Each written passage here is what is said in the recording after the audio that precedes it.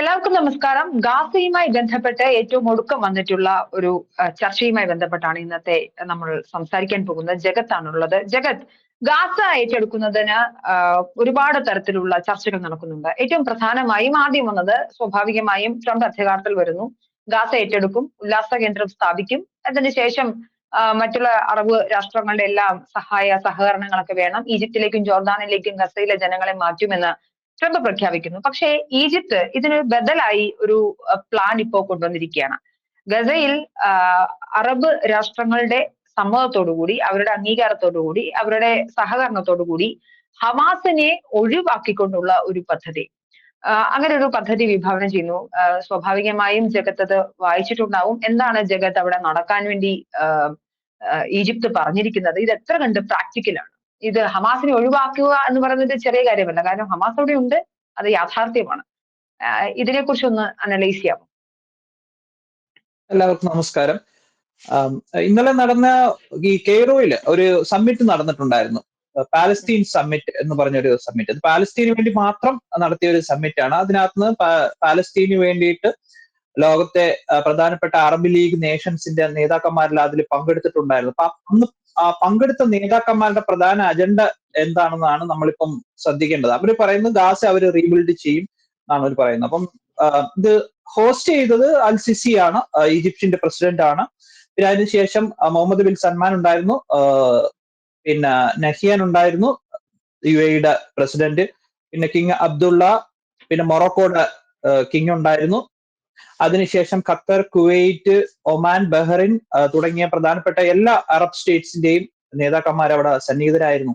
അവരുടെ പ്ലാൻ എന്താണ്? ഒരു $53 ബില്യൺ ഒരു പ്ലാൻ ആണ് അവര് ഇതിനു വേണ്ടി എൻവിഷൻ ചെയ്യുന്നത്. അപ്പൊ ആ പ്ലാൻ എങ്ങനെ നടപ്പിലാക്കും എന്നതിനെ പറ്റിയാണ് ഇന്നലെ അവര് ചർച്ച നടത്തിയിട്ടുണ്ടായിരുന്നു. അപ്പം അവരുടെ ചർച്ചയുടെ മെയിൻ ആയിട്ടുള്ള ഒരു സ്റ്റാൻഡ് പോയിന്റ്സ് എന്താണെന്ന് നമ്മൾ നോക്കിക്കഴിഞ്ഞാൽ, പാലസ്തീൻസിനെ ഒന്നും അവിടുന്ന് ഡിസ്പ്ലേസ് ചെയ്യില്ല. അപ്പൊ അവിടെയുള്ള ആൾക്കാരെ ഒരു ടെമ്പററി ഷെൽട്ടർ ഉണ്ടാക്കിയ ശേഷം അവിടെ തന്നെ താമസിപ്പിച്ച ശേഷം പാലസ്തീനിലെ പ്രധാനപ്പെട്ട ഇൻഫ്രാസ്ട്രക്ചറുകളെല്ലാം പുനർനിർമ്മിക്കുക എന്നുള്ളതാണ് ഫസ്റ്റ് പോയിന്റ്. പിന്നെ സെക്കൻഡ് പോയിന്റ് എന്ന് പറയുന്നത് ഇത് നടത്താൻ പോകുന്നത് ഒരു അറബ് ലെഡ് ഒരു മൂവ്മെന്റ് ആയിരിക്കും. അതായത് അറബ് ലെഡ് ഗവർണൻസ് എന്നാണ് അവർ പറയുന്നത്. അപ്പം ഈ പറഞ്ഞ നേഷൻസ് എല്ലാം കൂടെ ചേർന്നിട്ട് ഒരു കോമൺ പ്ലാറ്റ്ഫോം ഉണ്ടാക്കിയ ശേഷം ആ പ്ലാറ്റ്ഫോമിന്റെ നേതൃത്വത്തിൽ ഗാസയിൽ റീബിൽഡ് നടക്കും. അതിനുശേഷം അവിടുത്തെ ഗവർണൻസും നടക്കുമെന്നാണ് പറയുന്നത്. ഇത് 2030 ഇത് തീർക്കുക, റീബിൽഡ് ബൈ 2030 എന്നാണ് അടുത്ത ഒരു പോയിന്റ് അവർ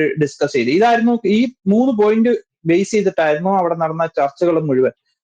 പിന്നെ ഇതിന്റെ ഒരു സ്ട്രാറ്റജി എങ്ങനെയാണെന്ന് നോക്കുക. അപ്പൊ നമ്മളിത് നോക്കുകയാണെന്നുണ്ടെങ്കിൽ അതിന്റെ ഒരു 3 ഫേസ് സ്ട്രാറ്റജിയാണ് അവര് ഇപ്പോൾ കൈക്കൊണ്ടേക്കുന്നത്. അപ്പൊ അതിന്റെ എന്ന് വെച്ച് കഴിഞ്ഞാൽ ഫസ്റ്റ് എന്ന് വെച്ച് കഴിഞ്ഞാൽ ഇപ്പൊ അവിടെ യുദ്ധത്തിന് ശേഷം അവിടെ ബോംബിംഗ് എല്ലാം കഴിഞ്ഞ് അവിടെ കൺസ്ട്രക്ഷൻ വേസ്റ്റും ഡെബ്രീസും ഒക്കെ ആയിട്ട് കിടക്കുകയാണ്. ഫസ്റ്റ് അത് റിമൂവ് ചെയ്യണം. അവരുടെ ഒരു പ്രധാനപ്പെട്ട പ്രയോറിറ്റി അത് തന്നെയാണ്. ഒരു 50 million tons of construction and demolition waste ഉണ്ടാവുമെന്നാണ് അവരിപ്പം കണക്കാക്കുന്നത്. അപ്പൊ അതിനുശേഷം അത് റിമൂവ് ചെയ്യുക. 20,000 temporary housing 2 lakh temporary housing units ഉണ്ടാക്കുക. 200,000 ഹൗസിംഗ് യൂണിറ്റ്സ് ഉണ്ടാക്കിയ ശേഷം ഈ ഡിസ്പ്ലേസ്ഡ് ആയി പോയിട്ടുള്ള പല ഭാഗത്തേക്ക് ചിഹ്നച്ചിതറിപ്പോയി ഒരു 10-12 ലക്ഷത്തോളം വരുന്ന ഒരു 20 ലക്ഷത്തോളം വരുമെന്നാണ് അനധികൃത കണക്ക്. അവര് ഇന്നലെ സമ്മിറ്റിനകത്ത് അവർ ഉദ്ദേശിച്ചത് 1.2 മില്യൺ ഡിസ്പ്ലേസ്ഡ് പാലസ്തീനിയൻസിനെ തിരിച്ചു കൊണ്ടുവന്ന് ഇവിടെ താമസിപ്പിക്കുക. പിന്നെ ഇപ്പൊ അവിടെയുള്ള ബേസിക് ഇൻഫ്രാസ്ട്രക്ചർ ഫെസിലിറ്റീസ് എല്ലാം തകർന്നിരിക്കുകയാണ്. എസ്പെഷ്യലി വാട്ടർ, ഇലക്ട്രിസിറ്റി, ടെലികമ്മ്യൂണിക്കേഷൻസ് ഇതെല്ലാം പുനഃസ്ഥാപിക്കുക. ഇതാണ് ഇമ്മീഡിയറ്റ് ആയിട്ടുള്ള പ്ലാൻ. പിന്നെ അതിനുശേഷം ഒരു റീബിൽഡിംഗ് പ്ലാനിന്റെ സെക്കൻഡ് ഫേസ് എന്താണെന്ന് വെച്ചാൽ ഒരു 4 ലക്ഷം പെർമനന്റ് ഹോംസ് അവിടെ നിർമ്മിക്കുക. അതിനുശേഷം ഡാമേജ്ഡ് ആയിപ്പോയിട്ടുള്ള മറ്റുള്ള ഇൻഫ്രാസ്ട്രക്ചർ ഫെസിലിറ്റീസ്, സ്കൂൾസ്, മറ്റുള്ള basic necessity, public shopping areas, banking ബിൽഡിങ്ങുകൾ, അങ്ങനത്തുള്ള ഫിനാൻഷ്യൽ സംഭവം അതെല്ലാം കൂടെ ഒരു 60,000-ഓളം വരുന്ന ബിൽഡിങ്ങുകൾ അവിടെ പുനർനിർമ്മിക്കുക. പിന്നീട് industrial zones, agricultural lands, renewable energy projects തുടങ്ങിയ എല്ലാ കാര്യങ്ങളും സ്പേസ് ഫേസ് ആയിട്ട് മുന്നോട്ട് കൊണ്ടുവരിക എന്നുള്ളതാണ് അവരുടെ ഒരു പ്രധാന ലക്ഷ്യം. പിന്നെ ഒരു വലിയ ഇൻഫ്രാസ്ട്രക്ചർ പ്രോജക്ട് എന്ന് ഉദ്ദേശിക്കുന്നത് പിന്നെ കൊമേഴ്ഷ്യൽ ആയിട്ടുള്ള സീപോർട്ട്, എയർപോർട്ട് ഇതെല്ലാം ബോംബിങ്ങിൽ തകർന്നിരിക്കുകയാണ്. പിന്നെ മെഡിറ്ററേനിയൻ സീ, ഈ കോസ്റ്റൽ ലൈന് അവര് വീണ്ടും റീനോവേറ്റ് ചെയ്യുക. പിന്നെ ഒരു ലോങ് ടേം പ്ലാൻ ആയിട്ട് അവർ ഉദ്ദേശിക്കുന്നത് വെച്ചാൽ ഒരു സസ്റ്റൈനബിൾ ഗ്രീൻ എക്കോസിസ്റ്റം ഉണ്ടാക്കിയ ശേഷം കുറച്ചുകൂടെ ബെറ്റർ ആയിട്ടുള്ള പ്ലാൻ ചെയ്ത്. കാരണം ഇതിനു മുന്നേ അത്ര ഒരു ക്ലംസി ആയിട്ടുള്ള ഒരു നേച്ചർ ആയിരുന്നു അവിടുത്തെ ഇൻഫ്രാസ്ട്രക്ചർ ഉണ്ടായിരുന്നത്. അപ്പൊ അതെല്ലാം പോയ ശേഷം ഒരു ബെറ്റർ ഇൻഫ്രാസ്ട്രക്ചർ, കുറച്ചുകൂടെ നമ്മൾ പറയുകയാണ് ഇപ്പൊ GCC ലെവൽ ഇൻഫ്രാസ്ട്രക്ചർ കൊണ്ടുവരണം എന്നൊക്കെയാണ് അവര് ആഗ്രഹിക്കുന്നത്. പിന്നെ ടൂറിസത്തിനും പിന്നെ ഇന്റർനാഷണൽ കോൺഫറൻസ് തുടങ്ങിയ സംഭവങ്ങൾക്കൊക്കെ ഒരു, അതായത് ട്രംപ് നേരത്തെ സൂചിപ്പിച്ചില്ല, ട്രംപിന്റെ റിവേറ എന്നുള്ളതിന് ഒരു ബദൽ എന്നുള്ള രീതിയിലാണ് ഇപ്പം അവര് ഇത് എൻവിഷൻ ചെയ്തിരിക്കുന്നത്. നോക്കൂ ജഗത്, ഇതിനകത്തൊരു പ്രധാന കാര്യമാണ് ഹമാസിനെ ഒഴിവാക്കിയിട്ടുള്ള ചർച്ചകളാണ്. ഹമാസിനെ ഉൾപ്പെടുത്തിയിട്ടേ ഇല്ല. പക്ഷെ ഹമാസ് അവിടുത്തെ ഒരു പൊളിറ്റിക്കൽ ഇസ്ലാമാണ്, രാഷ്ട്രീയ സംഘടനയെ പോലെ തന്നെ അതിന്റെ റൂളിംഗ് കംപ്ലീറ്റ് ഹമാസ് എന്ന് പറയുന്ന സംഘടനയുടെ കീഴിലാണുള്ളത്. അപ്പൊ ആ ഒരു ആസ്പെക്ട് നോക്കുമ്പോൾ ഇതിന്റെ ഒരു പ്രാക്ടിക്കൽ ലെവൽ എത്രയുണ്ട്, ഇത് നടക്കബിൾ ആണോ എന്ന് ചോദിക്കുന്ന പോലെ ഇത് എത്ര കണ്ട് അതിന്റെ പോസിബിലിറ്റി ഉണ്ട് ഈ പ്ലാനിൽ? അപ്പൊ ഈ പ്ലാന് അവർ മുന്നോട്ട് വെക്കുന്ന ഒരു ഗവർണൻസ് ഫ്രെയിംവർക്ക് ഞാൻ നേരത്തെ സൂചിപ്പിച്ചു. അത് അവർ പറയുന്നത് വെച്ച് കഴിഞ്ഞാൽ അവർ സ്റ്റിയറിംഗ് ആൻഡ് മാനേജ്മെന്റ് കമ്മിറ്റി ഉണ്ടാക്കിയ ശേഷം, ഒരു കൗൺസിൽ ഉണ്ടാക്കിയ ശേഷം ഇതിന്റെ മൊത്തത്തിലുള്ള ഒരു ഫിനാൻഷ്യൽ ആൻഡ് ഇന്റർനാഷണൽ ഡോണേഴ്സിനെ എല്ലാം അവർ മോണിറ്റർ ചെയ്യും. ഈ അറബ് ലീഗ് ഓഫ് നേഷൻസ് ഒരു സ്റ്റിയറിംഗ് കമ്മിറ്റി ഉണ്ടാക്കിയ ശേഷം അത് ത്രൂ ആയിരിക്കും ഇത് നടക്കുന്നതെന്നാണ്. നേരത്തെ ഓൾറെഡി അവിടെ പാലസ്തീനിയൻ അതോറിറ്റി എന്ന് പറഞ്ഞ ഒരു അതോറിറ്റി ഉണ്ട് ഇവരെ റൂൾ ചെയ്യാൻ പറ്റും. പക്ഷെ ഇപ്പൊ പാലസ്തീൻ അതോറിറ്റിക്ക് അവിടെ പവർ ഒന്നുമില്ല. അവർ ഉദ്ദേശിക്കുന്നത് വെച്ച് കഴിഞ്ഞാൽ ഈ സ്റ്റിയറിംഗ് മാനേജ്മെന്റ് കമ്മിറ്റിയും പാലസ്തീൻ അതോറിറ്റിയും കൂടെ ഹമാസിനെ മൊത്തത്തിൽ അവിടുന്ന് ഔട്ട് ചെയ്ത ശേഷം ഇത് പാലസ്തീൻ അതോറിറ്റി ത്രൂ ഇതെല്ലാം നടപ്പിലാക്കും. അതായത് പിന്നെ അതിനെ ഓവർസീ ചെയ്യാൻ വേണ്ടിയിട്ട് ഒരു ഇൻഡിപെൻഡന്റ് പാലസ്തീൻ ടെക്നോക്രാറ്റിക് കമ്മിറ്റി എന്ന് പറഞ്ഞൊരു കമ്മിറ്റി അവർ ഫോം ചെയ്യുന്നുണ്ട്. ഇതിനു വേണ്ടിയിട്ടുള്ള സെക്യൂരിറ്റി ഇൻഫ്രാസ്ട്രക്ചർ കൊടുക്കാൻ പോകുന്നത് ഈജിപ്തും ജോർദാൻ സെക്യൂരിറ്റി ഫോഴ്സസ് ആണെന്നാണ് ഈ സമ്മിറ്റിനകത്ത് അവർ സൂചിപ്പിച്ചിട്ടുള്ളത്. അപ്പൊ അത് എത്രത്തോളം ഫീസിബിൾ ആണെന്നുള്ള കാര്യം നമുക്ക് അറിയത്തില്ല. പിന്നെ ഇതിനകത്ത് ഈ ഫണ്ടിങ്ങിന്റെ കാര്യത്തിൽ ഒരു ആംബിഗിറ്റി ഉണ്ട്. ഈ 53 ബില്യൺ ബജറ്റിനകത്ത് ഇത്രയും വലിയ ഫണ്ടിങ് ആരൊക്കെ കൊടുക്കും? അപ്പം അതിനകത്ത് അവര് സൂചിപ്പിച്ചേക്കുന്ന ഒരു സംഭവം എന്ന് വെച്ചാൽ ഒരു $3 ബില്യൺ തന്നെ ആവും അവിടത്തുള്ള ഈ ഡെബ്രീസ് ഒക്കെ റിമൂവ് ചെയ്യാനായിട്ട്. പിന്നെ അതിനുശേഷം ഒരു $20 ബില്യൺ ഹൗസിംഗ് ഡെവലപ്മെന്റിന്, ഒരു $30 ബില്യൺ വരും പിന്നീട് ഈ പോർട്ട് ആൻഡ് ഇൻഫ്രാസ്ട്രക്ചർ ഡെവലപ്മെന്റിനൊക്കെ വരുന്നത്. അപ്പം ഈ ഈജിപ്റ്റ് സമ്മിറ്റ് ഹോസ്റ്റ് ചെയ്ത് തന്നെ ഈ ആരെങ്കിലും ഇതിൽ ഡോണേഴ്സ് മുന്നോട്ട് വരുന്നുണ്ടോ, ആരെങ്കിലും പ്ലഡ്ജ് ചെയ്യുന്നുണ്ടോ, ഞാൻ ഇത്ര പൈസ കൊടുക്കാൻ ആരെങ്കിലും പ്ലഡ്ജ് ചെയ്യുന്നുണ്ടോ? പിന്നെ അത് മാത്രമല്ല, വേൾഡ് ബാങ്കിന്റെ ഒരു പിന്തുണയോടുകൂടി ഒരു വലിയ ട്രസ്റ്റ് ഫണ്ട് ഉണ്ടാക്കണം. കാരണം ഇത്രയും രാജ്യങ്ങൾ ഇൻവോൾവ് ആയതാണ്. അപ്പം അതിനൊരു ട്രസ്റ്റ് ഫണ്ട് ഉണ്ടാക്കിയ ശേഷം വേണം ആ ഫണ്ടിലോട്ട് കോമൺ ആയിട്ട് പൈസ കളക്ട് ചെയ്ത ശേഷം അത് ഡിസ്പേഴ്സ് ചെയ്യുക, അല്ലെങ്കിൽ ഈ അതോറിറ്റി ത്രൂ ഡിസ്പോസ് ചെയ്യുക. അതിന് മോണിറ്ററിങ് ഭയങ്കര ഇമ്പോർട്ടന്റ് ആണ്. കാരണം അത് ചെറിയ എമൗണ്ട് അല്ല. ബിക്കോസ് ഈ രാജ്യങ്ങളൊക്കെ ഈ എസ്പെഷ്യലി ഈജിപ്റ്റ് പോലുള്ള രാജ്യങ്ങളൊക്കെ കറപ്ഷന് ഭയങ്കര നൊട്ടോറിയസ് ആണ്. അപ്പം അങ്ങനത്തെ ഉള്ള രാജ്യങ്ങളിൽ ഇത്രയും വലിയ എമൗണ്ട് അവരുടെ നേതൃത്വത്തിൽ ഇത് എങ്ങനെ ഇത് ചെയ്യാൻ പറ്റും എന്നുള്ള കാര്യത്തിൽ ഒരു ആംബിഗ്വിറ്റി ഉണ്ട്. പിന്നെ ഞാൻ സൂചിപ്പിച്ചു ഈ കാര്യത്തിൽ ഇസ്രായേലിനും തീരെ യോജിപ്പില്ല. US-നെ ഇടപെടുത്താത്ത ഒരു കാര്യത്തിലും അവര് മുന്നോട്ട് പോകാൻ പറ്റുമെന്ന് എനിക്ക് തോന്നുന്നില്ല. ഓക്കെ, ഇസ്രായേൽ ഏതെങ്കിലും തരത്തിൽ ഈ വിഷയവുമായി ബന്ധപ്പെട്ടിട്ട് എന്തെങ്കിലും സ്റ്റേറ്റ്മെന്റ് പറഞ്ഞിട്ടുണ്ടോ എന്ന് നമുക്കറിയില്ല. കാര്യം പ്രത്യേകിച്ച് നമ്മളിപ്പോ ട്രംപിന്റെ പ്ലാനെ കുറിച്ച് കൂടി വെച്ചിട്ട് വേണം ഇതിനെ കമ്പയർ ചെയ്യാൻ. Which one is the better option എന്നൊരു ചോദ്യം അവിടെ നിലനിൽക്കുന്നുണ്ട്. കാര്യം സ്വാഭാവികമായിട്ടും അറബ് രാഷ്ട്രങ്ങൾക്ക് അവരുടെ അറബ് ലീഗുമായി ബന്ധപ്പെട്ട് അമേരിക്ക ഒഴിവാക്കിയുള്ള പ്ലാൻ ആയിരിക്കും എക്സിക്യൂട്ട് ചെയ്യാൻ താല്പര്യമുണ്ടാവുക. ട്രംപിന് അവിടെ നിക്ഷേപ താല്പര്യങ്ങളുണ്ട്. അദ്ദേഹം തീർച്ചയായിട്ടും അങ്ങനെ ഒരു കാര്യത്തെക്കുറിച്ച് സൂചിപ്പിച്ചിട്ടുമുണ്ട്. സോ ആരുടെ പ്ലാനാണ് ബെറ്റർ? ഇതിനെ കമ്പയർ ചെയ്തുകൂടെ സംസാരിക്കേണ്ടതില്ലേ? ഈ പ്ലാൻ ആരുടെ പ്ലാനാ ബെറ്റർ എന്ന് വെച്ചാൽ ഓഫ് കോഴ്സ് ഇത് US and Israeli based plan ആയിരിക്കും അവിടെ വർക്ക്ഔട്ട് ആകാൻ പോകുന്നത്. കാരണം they are the major stakeholders. These Arab League people are just spectators. അവർക്ക് ഇതെല്ലാം കാഴ്ചക്കാരെന്നുള്ളതിന് മേളിൽ അവർക്കൊന്നും ചെയ്യാൻ പറ്റില്ല. പിന്നെ ഇതുപോലത്തുള്ള സമ്മിറ്റുകളൊക്കെ നടത്തി കുറച്ച് പത്രപ്രസ്താവനയും പിന്നെ ഫോട്ടോ എടുപ്പും ഒക്കെ കഴിഞ്ഞ ശേഷം അത് ഒരു ബാക്കിയുള്ളവരെയൊക്കെ ഒരു അപ്പീസ് ചെയ്യാനും നിങ്ങളുടെ കൂടെയാണെന്ന് കാണിക്കാൻ വേണ്ടിയിട്ടുള്ള. ചോദിക്കട്ടെ, അതായത് ഇപ്പോ നമുക്കറിയാം ഇതൊരു ഹമാസ് എന്ന് പറയുന്ന തീവ്രവാദ സംഘടന. എന്നാൽ വ്യക്തിപരമായി എനിക്കോ ഒരുപക്ഷെ ജഗത്തിനോ അതിനകത്തൊന്നും കാര്യം, ഇവര് സ്വതന്ത്ര സമര പോരാളികളാണെന്ന് അംഗീകരിക്കുന്ന ഒരാളല്ല ഞാൻ. അപ്പം ഇവരെ ഒഴിവാക്കിയില്ലെങ്കിൽ ഇപ്പോ ഈജിപ്ത് മുന്നോട്ട് വെക്കുന്ന ഈ പ്ലാനിന്റെ ഒരു ജെന്യൂനിറ്റി ക്വസ്റ്റ്യൻ ചെയ്യപ്പെടും എന്നൊരു തോന്നലിലായിരിക്കുമോ നിലവിൽ ആദ്യഘട്ടത്തിലെങ്കിലും ഹമാസിനെ ഒഴിവാക്കിയത് എന്നൊരു ചോദ്യം കൂടിയുണ്ട്. ഹമാസിനെ ഒഴിവാക്കുന്ന കാര്യം ഹമാസ് എന്നുള്ളത് ഒരു ഡെസിഗ്നേറ്റഡ് ടെററിസ്റ്റ് ഓർഗനൈസേഷൻ ആയിട്ട് യുഎനും യുഎസും ഒക്കെ പ്രഖ്യാപിച്ച ഓർഗനൈസേഷൻ ആണ്. അപ്പം ഒരു ഡെസിഗ്നേറ്റഡ് ടെററിസ്റ്റ് ഓർഗനൈസേഷനെ ഒരു റൗണ്ട് ടേബിൾ മീറ്റിങ്ങിനോ അല്ല ഒരു ഫോർമൽ മീറ്റിങ്ങിനോ വിളിക്കുക എന്ന് വെച്ച് കഴിഞ്ഞാൽ അറബ് നേഷൻസിനൊന്നും പറ്റില്ല. കാരണം അത് അമേരിക്കയുടെ ഭാഗത്ത് നിന്ന് ഭീകരമായിട്ടുള്ള പ്രഷർ ഉണ്ട് ഈ രാജ്യങ്ങൾക്കെല്ലാം. അപ്പൊ ഒരു ഡെസിഗ്നേഷൻ ടെററിസ്റ്റ് ഓർഗനൈസേഷന്റെ കൂടെ ഒരിക്കലും അവർക്കൊരു ഫോർമൽ മീറ്റിംഗ് നടത്താൻ പറ്റില്ല. പിന്നെ ഒരു ബിഹൈൻഡ് ദ ഡോർ ടോക്സോ ഇൻഫോർമൽ മീറ്റിംഗ്സോ ഒക്കെ നടത്തുന്ന പോലല്ല ഒരു ഫോർമൽ സമ്മിറ്റിനകത്ത് ഇവർ വിളിച്ചുകൊണ്ട് വന്നു. അവരെ അങ്ങനെ വിളിച്ചുകൊണ്ട് വന്നു കഴിഞ്ഞാൽ അതൊരു ബാക്ക് സ്റ്റാബിങ് മൂവ് ആയിട്ട് ഇസ്രായേലും യുഎസും ഒക്കെ കണക്കാക്കും. അപ്പൊ അതുകൊണ്ട് ഇസ്രായേലിനെയും യുഎസിനെയും ഒന്നും ഈ സമയത്ത് പിണക്കാൻ, എസ്പെഷ്യലി ട്രംപിനെ പോലുള്ള ഒരു കൺസർവേറ്റീവ് ആയിട്ടുള്ള നേതാവ് ഇപ്പം അധികാരത്തിലിരിക്കുന്ന സമയത്ത് Trump is very vocal about Israel and the cause of juice. അപ്പൊ അത് നമ്മൾ മനസ്സിലാക്കണം. ട്രംപിന്റെ അധികാരത്തിന്റെ സമയത്താണ് ടെൽ അവീവിൽ നിന്നും ജെറുസലേമിലേക്ക് യുഎസ് കോൺസുലേറ്റ് മാറിയതും അതിനെ തുടർന്ന് ട്രംപ് ആവശ്യപ്പെട്ടു ഒരു പരിധിവരെ മറ്റുള്ള രാജ്യങ്ങളിലോടുത്ത്, എസ്പെഷ്യലി യൂറോപ്യൻ കൺട്രികളടുത്ത് ആവശ്യപ്പെട്ടെങ്കിൽ അവരാരും വഴങ്ങിയില്ല. അതിന്റെയൊക്കെ ഒരു ബേസ് അന്ന് മുതലേ ട്രംപിന് യുഎസും യൂറോപ്പുമായിട്ട് ഒരു റിഫ്റ്റ് അന്ന് മുതൽ സ്റ്റാർട്ട് ചെയ്തതാണ്. അപ്പൊ ആ ഒരു ബേസിസ് നമ്മൾ നോക്കുകയാണെന്നുണ്ടെങ്കിൽ ട്രംപ് വിൽ ഗോ അഹെഡ്. ഈ ഹമാസിനെ ഒരു രീതിയിലും ഇതിപ്പം അറബ് ലീഗ് പോലും അടുപ്പിച്ചില്ലെന്നുണ്ടെങ്കിൽ ഇനി ആരടുപ്പിക്കും ഹമാസിനെ? So Hamas chapter is almost over. പിന്നെ ഈ പറയുന്ന പോലെ കാശ്മീരിലൊക്കെ നടക്കുന്ന ചെറിയ ഒരു രീതിയിലുള്ള ഒരു ഇൻസർജൻസി ഒക്കെ പോലെ ഒരു ഇൻസർജൻസി വരും എന്ന് അവര് സസ്പെക്ട് ചെയ്യുന്നുണ്ടോ? അതിന്റെ ഭാഗമായിട്ടാണ് എൻറ്റയർലി ഈ പാലസ്തീൻ പോപ്പുലേഷനെ അവിടുന്ന് റിമൂവ് ചെയ്ത ശേഷം പുതിയൊരു ഗാസ അവര് റീബിൽഡ് ചെയ്യാൻ വേണ്ടി അവർ ഉദ്ദേശിക്കുന്നത്. കാരണം പാലസ്തീനിയൻസിന്റെ കോസ്റ്റിന് വേണ്ടിയിട്ട് ഓൾറെഡി പാലസ്തീനിയൻ മാൻഡേറ്റ് ഉണ്ടാക്കിയിട്ടുണ്ടായിരുന്നു.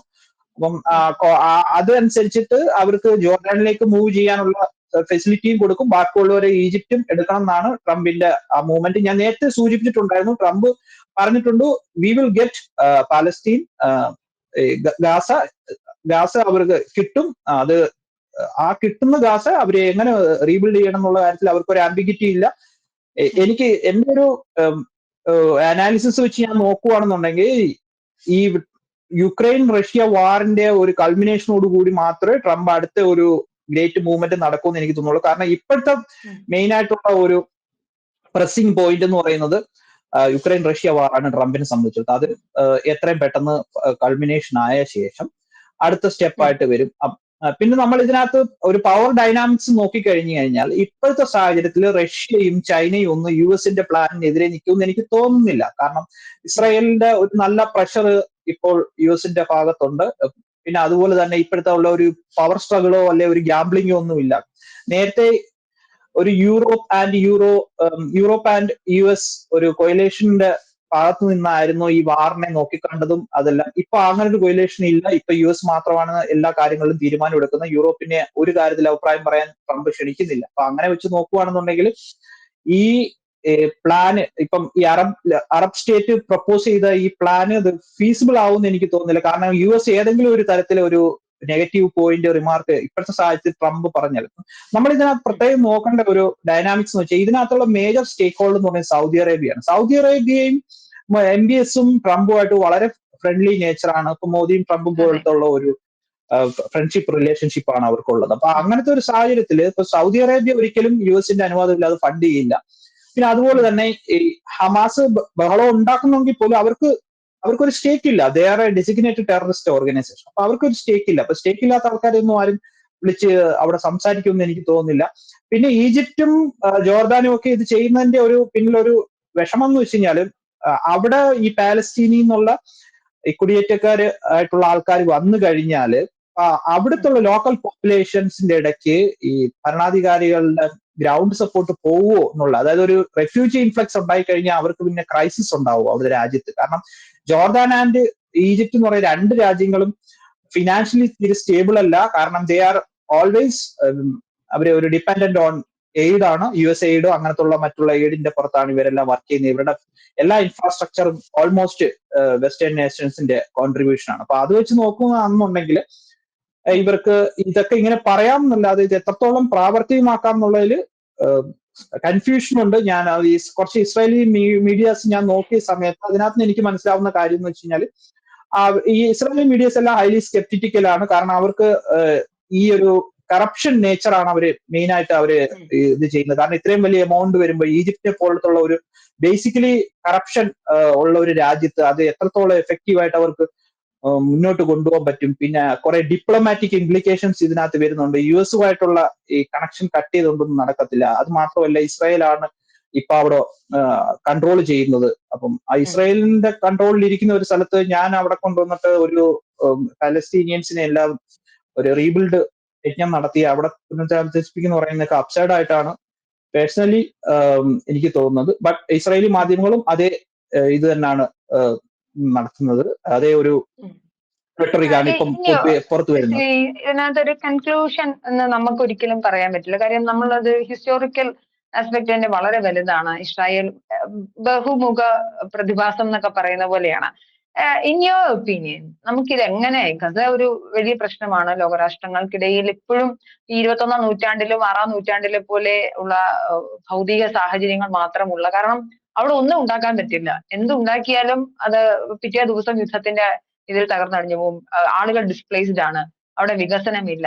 അപ്പം നമുക്ക് ഇതിന്റെ ഒരു സൊല്യൂഷൻ എന്ന രീതിയിൽ ആസ് എ സ്പീക്കർ എങ്ങനെയാണ് നമുക്ക് ഇതിന്റെ ഒരു സൊല്യൂഷൻ കണ്ടെത്താൻ സാധിക്കുക ജഗത്, ഇൻ യുവർ ഒപ്പീനിയൻ? സൊല്യൂഷൻ എന്ന് പറയുന്ന ഓൺലി 2 സ്റ്റേറ്റ് മാത്രമാണ് സൊല്യൂഷൻ. കാരണം ഈ രണ്ട് പോപ്പുലേഷനും അവിടെ ഒരിക്കലും കോഎക്സിസ്റ്റ് ചെയ്യാൻ പറ്റുമെന്ന് എനിക്ക് തോന്നുന്നില്ല. കാരണം ലാസ്റ്റ് 80 years ഹിസ്റ്ററി നമ്മൾ കണ്ടതാണ്. വാറായിരുന്നു, ആൾക്കാർക്ക് മരണം സംഭവിച്ചു, അത് രണ്ട് സൈഡിലും കാറ്റസ്ട്രോഫി നടന്നു. അപ്പം അതിനുശേഷം ഇതിപ്പോ ഒരു കൾമിനേഷൻ തന്നെ ഇപ്പൊ നമുക്ക് സൂചിപ്പിക്കാം. അപ്പൊ ഈ ഇടയ്ക്ക് ഒരു ഹമാസ് ലീഡർ പറഞ്ഞിട്ടുണ്ടായിരുന്നു October 7th ആക്രമണത്തിന് ഇത്ര വലിയൊരു റിട്ടാലിയേഷൻ ഇസ്രായേലിന്റെ ഭാഗത്ത് ഉണ്ടാവുന്ന അവർ വിചാരിച്ചില്ല. അപ്പൊ അങ്ങനത്തെ ഒരു സാഹചര്യത്തിൽ ഇപ്പൊ ഇതിനു മുന്നേ ഉണ്ടായിട്ടുള്ള ഈ ചെറിയ ടിറ്റ് ഫോർ ടാറ്റ് പോലത്തുള്ള ഒരു ഇഷ്യൂ അല്ല ഇപ്പൊ നടന്നത്. ഇപ്പൊ ഒരു ടോട്ടൽ വാറാണ്, ഔട്ട് ആൻഡ് ഔട്ട് വാറാണ് നടന്നത്. അവരത് ഈ പറയുന്ന പോലെ ടെററിസ്റ്റ് ആൻഡ് ഫ്രിഞ്ച് എലമെന്റ്സിനെ ഫ്ലഷ് ഔട്ട് ചെയ്ത ശേഷം ടോട്ടലി ആ ഏരിയ ഫ്രീ ആക്കിയിട്ട് വൺസ് ഫോർ ഓൾ പീസ് കൊണ്ടുവരിക.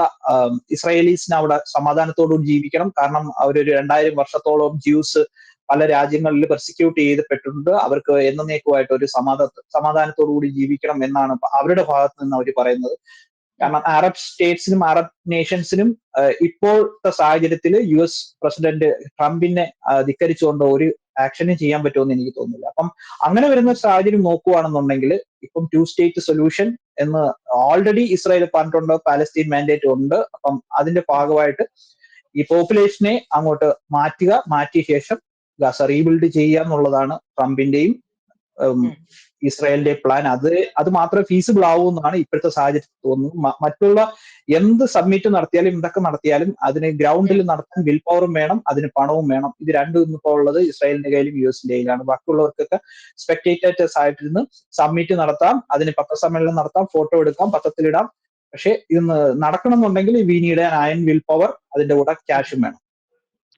Very clear, very clear. Jagat, എന്തായാലും ഗസ വീണ്ടും ചർച്ചകളിലേക്ക് വരികയാണ്. അത് ഒരിക്കലും ചർച്ചകളിൽ നിന്ന് മാറിയിട്ടേ ഇല്ല. എന്തായാലും ഗസ റീബിൽഡിംഗ് എന്നുള്ളത് ലോകത്തിന് തന്നെ ഒരു ആവശ്യമാണ്. നടപ്പിലാക്കണം എന്നുണ്ടെങ്കിൽ ഇറങ്ങി പുറപ്പെടേണ്ടത് ഇസ്രായേലും അമേരിക്കയുമാണെന്ന കാര്യത്തിൽ വ്യക്തിപരമായി എനിക്കും എതിരഭിപ്രായമില്ല. എന്തായാലും ഹമാസിനെ അവരൊഴിവാക്കി എന്നുള്ളത് അവർക്ക് ഇഷ്ടമുണ്ടായിട്ടൊന്നുമല്ല. ബിക്കോസ് ഒരു എസ്റ്റാബ്ലിഷ്ഡ് ടെററിസ്റ്റ് ഓർഗനൈസേഷനെ വിളിച്ചിരുത്തി ഉച്ചകോടി നടത്താൻ പറ്റില്ലാത്തതുകൊണ്ട് മാത്രമാണ് എന്നുള്ളതാണ്. എന്തായാലും ഹമാസിന്റെ അന്ത്യശ്വാസമൊക്കെ അടുത്തിരിക്കുന്ന ഒരു ഘട്ടത്തിൽ ഇനിയുള്ളത് ഗോൾ അടിക്കേണ്ടത് ട്രംപും നെതന്യാഹുവും തന്നെയായിരിക്കും. എന്തായാലും ഒരുപാട് നന്ദി ജഗത് സംസാരിച്ചു. Thank you so much.